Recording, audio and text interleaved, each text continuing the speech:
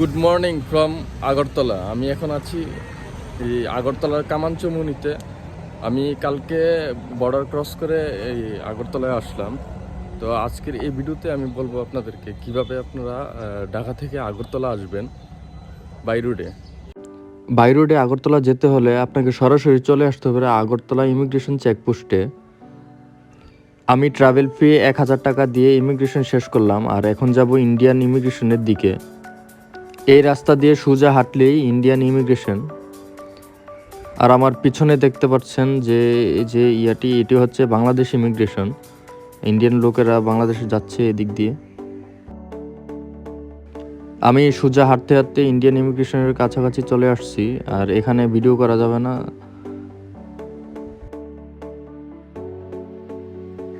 সামনের গেটটি দিয়ে চলে যাব ইন্ডিয়ান ইমিগ্রেশনের ভিতরে। আর এই সামনের যে বিল্ডিংটি দেখতে পাচ্ছেন এটাই হচ্ছে ইন্ডিয়ান ইমিগ্রেশন। ইমিগ্রেশনের ভিতরে ঢোকার আগেই আপনাকে আপনার ব্যাগ, আপনার ফুল বডি স্ক্যান করবে। আমি ইন্ডিয়ান ইমিগ্রেশন শেষ করে বের হলাম, আর এদিক দিয়ে এই গেটটি দিয়ে আমরা চলে যাব আগরতলা। এই যে সামনে যে গেটটি দেখতে পাচ্ছেন, এই গেটটি পার হওয়ার পরেই আপনারা এই আগরতলা শহরে যাওয়ার জন্য অটো, রিক্সা, সিএনজি সব কিছুই পেয়ে যাবেন।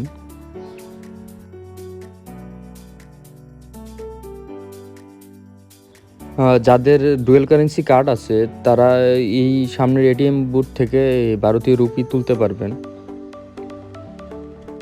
আমি বর্ডার থেকে একটা রিক্সা নিয়ে চলে যাচ্ছি আগরতলা শহরের দিকে, আর ওইখানে হোটেল নিয়ে থাকবো।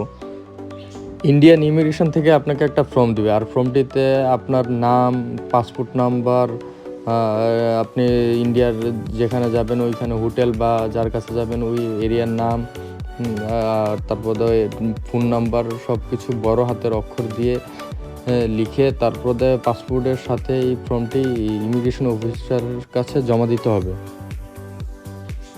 আর বাংলাদেশ থেকে আসার সময় মনে করে আপনারা পাসপোর্টের পেছনে ডলার ইন্ডিউস করে নিয়ে আসবেন, নাহলে বাংলাদেশ ইমিগ্রেশন, ইন্ডিয়ান ইমিগ্রেশন সব জায়গাতেই ঝামেলা করে।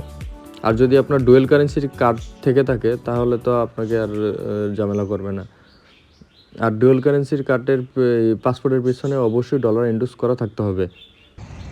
আমি আছি এখন আগরতলা 0 পয়েন্টে, আর এখন ইন্ডিয়ান সময় হচ্ছে সকাল 8টা বাজে, তাই সব কিছু বন্ধ। আমি এসেছিলাম কালকে সন্ধ্যা 6টা বাজে, তাই সন্ধ্যার সময় আর ভিডিও করতে পারিনি। এখন আছি আমি কামানচমুনিতে, আর এখন ওই সোজা হচ্ছে উজ্জন্ত প্লেস। আমি এখন উজ্জন্ত প্লেসের সামনে যাব। এখন আছি উজ্জন্ত প্লেসের সামনে, আর এত সকালে কোনো মানুষজনও নেই, একদম রাস্তাঘাট ফাঁকা। উজ্জয়ন্ত প্যালেসটির সংস্করণ কাজ চলছে। তো এর আগের বার আমি যখন আগরতলায় এসেছিলাম তখন এটার ভিতরে প্রবেশ করেছিলাম। আর এটার ভিতরে প্রবেশ করার জন্য বাংলাদেশি ট্যুরিস্টের জন্য প্রবেশ মূল্য ছিল 100 রুপি। আর এখানকার লোকাল ইন্ডিয়ানদের জন্য এখন নতুন করে পার পার্সন 40 রুপি করে। আর ফরেনার মানে এশিয়ার বাইরে যারা আছে তাদের জন্য প্রবেশ মূল্য 250 রুপি করে এই টিকিট বিক্রি করা হয় আর কি। তো আমি যেহেতু এর আগের বার প্রবেশ করেছি, দেখা হয়েছে উজ্জয়ন্ত প্লেসটি, তো এবার আমি আর এটার ভিতরে প্রবেশ করব না। আমি এখন হেঁটে হেঁটে আপনাকে পুরো আগরতলা শহরটা দেখাবো, এবং আগরতলা শহরে কি কি বড় মার্কেট আছে এগুলো সম্পর্কে আপনাকে আইডিয়া দেবো, এবং ওই সেই মার্কেটগুলোতে পণ্যের দাম কীরকম।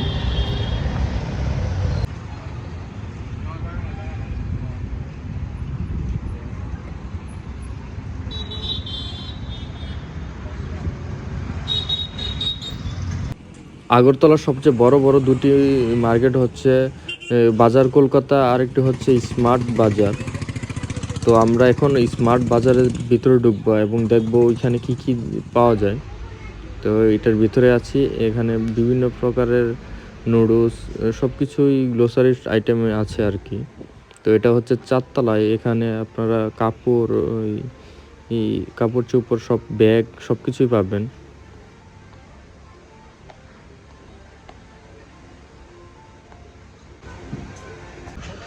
আর এটা হচ্ছে আগরতলার সবচেয়ে বিখ্যাত গুলবাজার।